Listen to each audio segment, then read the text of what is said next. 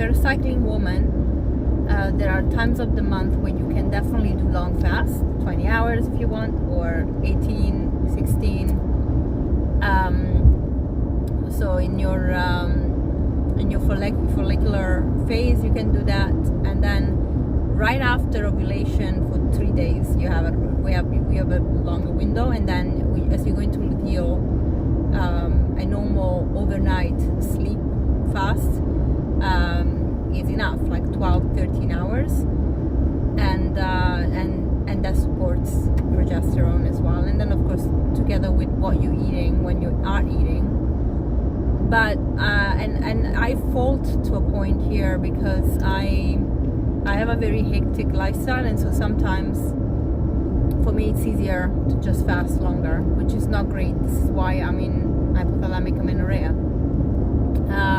However, and I'm trying to fix it, but as you can see, like sometimes just circumstances happen. But scientifically speaking, this is what we have. So depending where you are in your cycle, and then depending what you want to do, of course, like we are actually, the hypothalamus does get freaked out when we are pushing ourselves too long, too much with very little calories, thinking we are going to be into famine. So the first thing it's going to shut down is our reproductive system. So Dr. Stacy Sims actually speaks about this quite a lot, and the advice is to have 30 grams of protein or like 30 grams of carbs before a workout. So very small snack. It could be half a banana, to be honest with you. Now for me the problem is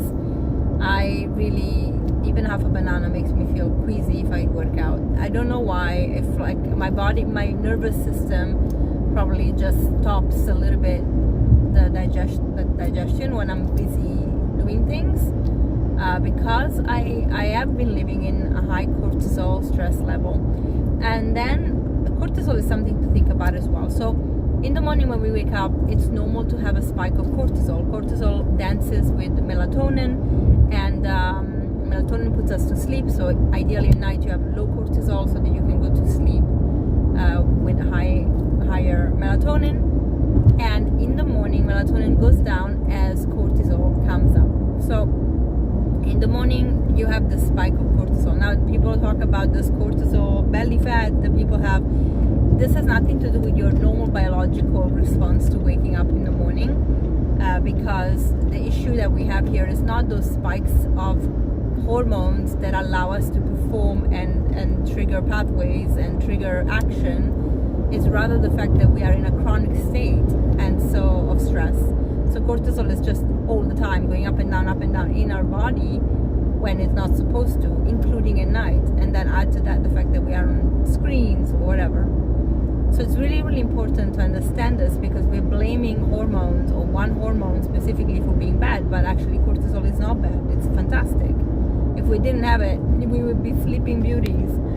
And so, we need it. If we don't have it, we wouldn't even be interested in like taking action, or we wouldn't respond to danger. Like, it would be a disaster. Like, nature doesn't make any mistakes. We do, often. So, this is what we have to understand. So ideally, the concept though here is when you wake up in the morning and your cortisol is higher because you're waking up, a good trick is to actually do 10 minutes of yoga.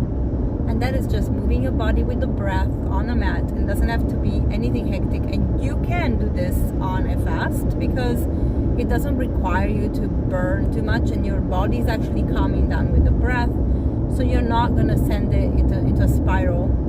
But if you're going to the gym, lifting weights, doing cardio, whatever you are going to do, it is best to put a little bit of fuel in. So this is what the science says. And then of course you, like me, should see where you're at and what works for you.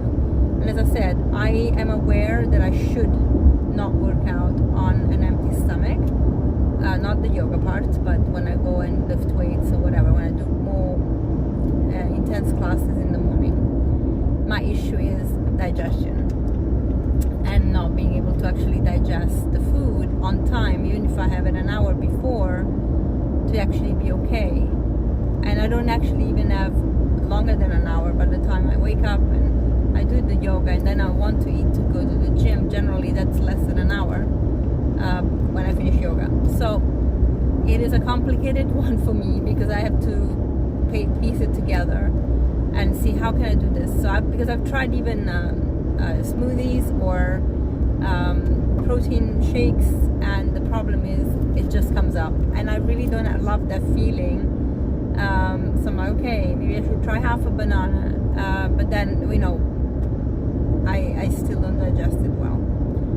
So it's very complicated for me, but if I have to advise people, this is my advice. If you're when you wake up, do yoga. That will lower your cortisol levels, not to stay up, just to get up to get you up, but not to stay up, not to get crazy and busy and stressed. And then have your food